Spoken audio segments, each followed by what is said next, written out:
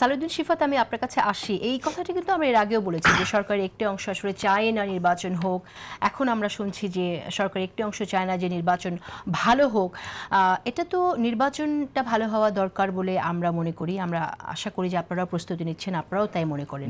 কিন্তু কোন অংশ আসলে চায় না যে নির্বাচন ভালো হোক? সেক্ষেত্রে আপনাদের প্রত্যেকটা দলের কি এই ক্ষেত্রে আসলে স্পষ্টভাবে জানা উচিত না সরকারের কাছ থেকে? এই আলোচনাগুলো রয়ে যাচ্ছে, আমরা করছি, কিন্তু আমরা রাজনৈতিক দলগুলোকে সেই উদ্যোগ নিতে দেখছি না সরকারকে প্রশ্ন করা তারা কারা যারা নির্বাচনের ভালো নির্বাচনের ক্ষেত্রে প্রতিবন্ধকতা সৃষ্টি করতে পারে।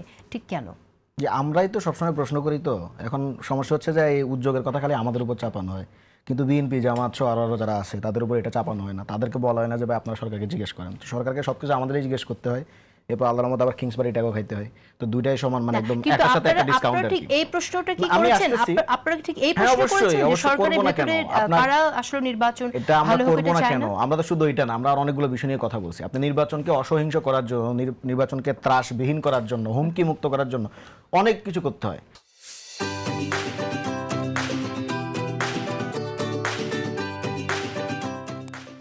ফার্স্ট অফ অল এটা লং টার্মের ব্যাপার আছে। ধরেন আপনার অবৈধ যে সকল অস্ত্র আছে সেগুলো উদ্ধারের একটা ব্যাপার আছে। আমরা দেখলাম যে র্যাবের একজন সদস্য অবৈধ অস্ত্র উদ্ধারে গিয়ে সীতাকুণ্ডে তিনি হামলার শিকার হয়ে শহীদ হয়েছেন, তাই না?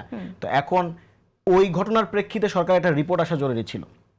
আমি এখনো বলছি যে কোন প্রেক্ষিতে গিয়ে এই ধরনের একটা ঘটনা ঘটেছে, কোন এলাকায় এই ঘটনা ঘটেছে। কিছু কিছু গণমাধ্যম একটা রাজনৈতিক দলের দিকে ইঙ্গিত করছেন যে ওই রাজনৈতিক দলের অফিসের আশপাশে এই ঘটনাটা ঘটেছে। তো আসলে এটা হয়েছে কিনা, এটা একটা ইনকোয়ারি কমিশন করা উচিত ছিল, এবং যদি এটা হয়ে থাকে কারা এটার সাথে জড়িত প্রত্যেককে চিহ্নিত করে আইনের আওতায় আনা এই মুহূর্তে প্রয়োজন। তাহলে আমার কিছু আসলে একদম সরকার যখন দায়িত্ব গ্রহণ করে তখন ঠিক তার পরপরই সবার আগে দরকার ছিল অবৈধ অস্ত্রগুলো উদ্ধার করা। আচ্ছা, আমি শেষ করি, তাইলে ওরা মানে কথা নাইলে আবার ফ্লোটা আটকে অন্যদিকে চলে যাবে আর কি। এটা খুব গুরুত্বপূর্ণ, কারণ এটা তখন কিন্তু করা হয় না। এটা তখন থেকে আমরা বলছি, এখনো বলছি, সবসময় বলে যাব। এক কারণ হচ্ছে অবৈধ অস্ত্র যাদের কাছে যাবে তারাই তো ইনফ্লুয়েন্স করতে পারবে ইলেকশন টাইমে। আচ্ছা, 2 নাম্বার ইস্যুটা হচ্ছে, দেখেন নির্বাচনকে অসহিংস করতে হলে অ্যাট দ্য সেম টাইম কেউ যদি হুমকি দেয়, কোনো প্রার্থী যদি হুমকি দেয়, আজকে একজন কাছ থেকে আমি শুনলাম যে বলতেছে যে 12 তারিখের পর কাউকে রাখা হবে না, 12 তারিখের পর স্বতন্ত্র পতন্ত্র কে কোথায় যাবে দেখে নিব আমরা, এভাবেও বলা হচ্ছে আর কি। আপনি গুগল করলেই পেয়ে যাবেন। তো এই ধরনের কথাবার্তা হচ্ছে। আবার কিছু জায়গায় আমরা দেখছি যে অনেকে হামলার শিকারও হচ্ছে, এবং জামাত ইসলামের অনেকেও হামলার শিকার হয়েছে, এটা আমরা দেখেছি। তো ফলে এই ধরনের যে ঘটনাগুলো, এইসব ঘটনার কারণে কিন্তু এটার একটা মানে ব্যাড ইম্প্যাক্ট পড়বে। আবার disinformation, misinformation at the same time ওখান থেকে আওয়ামী লীগ ছড়াচ্ছে, এবং হচ্ছে কি বাংলাদেশের ভালো যারা চায় না তারা ছড়াচ্ছে। আবার এখানেও কেউ না কেউ ওইগুলোতে ভুলক্রমে হোক যেভাবে হোক সাবস্ক্রাইব করতেছে। আরেকটা বিষয় আছে ঋণ খেলাপি।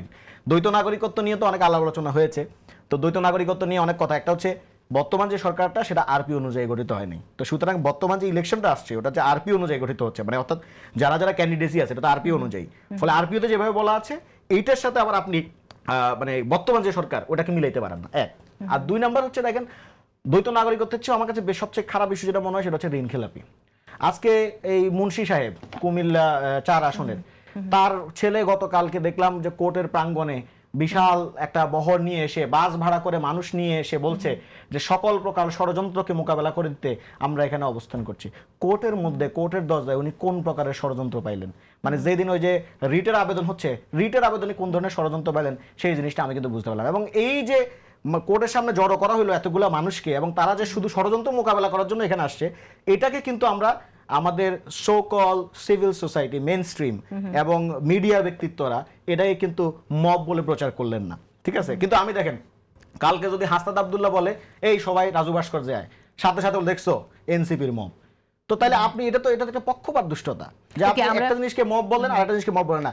একটা গোষ্ঠী মব মানে ওই যদি কোথাও সমাবেশও করে আপনি মাভই করে আপনি তেড়ে যান যে এটা হচ্ছে মব। আর কিছু লোক আপনার একটা কোর্টের সামনে, সে তার ঋণ খেলাপি ইস্যু নিয়ে শুনানি হচ্ছে, সেই কারণে অনেকগুলো লোক জড়ো করে কোর্টকেও ভীত সন্ত্রস্ত করার, হুমকি দেওয়ার এক ধরনের ব্যবস্থা বন্দোবস্ত করেছে। সেটাকে কিন্তু আপনি সেটা নিয়ে কিন্তু আলাপ কেন আদালতকে এটা অবশ্যই এই বিষয়টা আমি অবশ্যই শুনতে চাই। এখানে আমাদের এখানে মোশাররফ হোসেন ঠাকুর আছেন, তার কাছে আমরা এটা শুনবো। কিন্তু তার আগে আমি আরেকটি প্রশ্ন আপনাকে করতে চাই। সেটা হচ্ছে যে জামাত ইসলামের একজন নেতা, আপনি জানেন জামাতের প্রার্থী, ঢাকা 17 প্রার্থী খালিদুজ্জামান, তার বিরুদ্ধে যথেষ্ট অভিযোগ আছে। তার বিরুদ্ধে অভিযোগ আছে যে তিনি সার্টিফাইড না হওয়া সত্ত্বেও তিনি এখানে পেশেন্ট দেখেছেন, সেই অভিযোগটাও আছে। আজকে আমরা একটি অন্য তথ্য দেখলাম, তিনি বলছেন যে সব সাইজ হয়ে যাবে, এটা সোশ্যাল মিডিয়ায় এসেছে, ঢাকায় কোনো সিট দেব না। এখানে কি আসলে সিট দেয়া নেওয়ার কোনো খেলা চলছে নেপথ্যে? এটা তো একটা জিনিস, উনি তো বলছে যে সাইজ করে দিবেন, ঠিক হ্যাঁ, আছে, size করে দিবেন, আবার হ্যাঁ। কেউ কেউ হচ্ছে ডাইরেক্ট সাইজই করে দিচ্ছে। উনি তো সাইজ করে দিবেন বলছে, কেউ কেউ হচ্ছে সাইজ করেই দিচ্ছে। যেমন আপনি এই চ্যানেল 24 এ কিছুক্ষণ আগে একটা নিউজ এসেছে যে বিএনপি না, প্রার্থীর, আপনি- না না, আমি বলতেছি, ওখানে আসতেছি, অবশ্যই আমি ওটা বলবো। কাউকে সাইজ করে দেওয়া, হুমকি দেওয়া, এগুলো তো অবশ্যই গর্হিত অপরাধ, অন্যায়।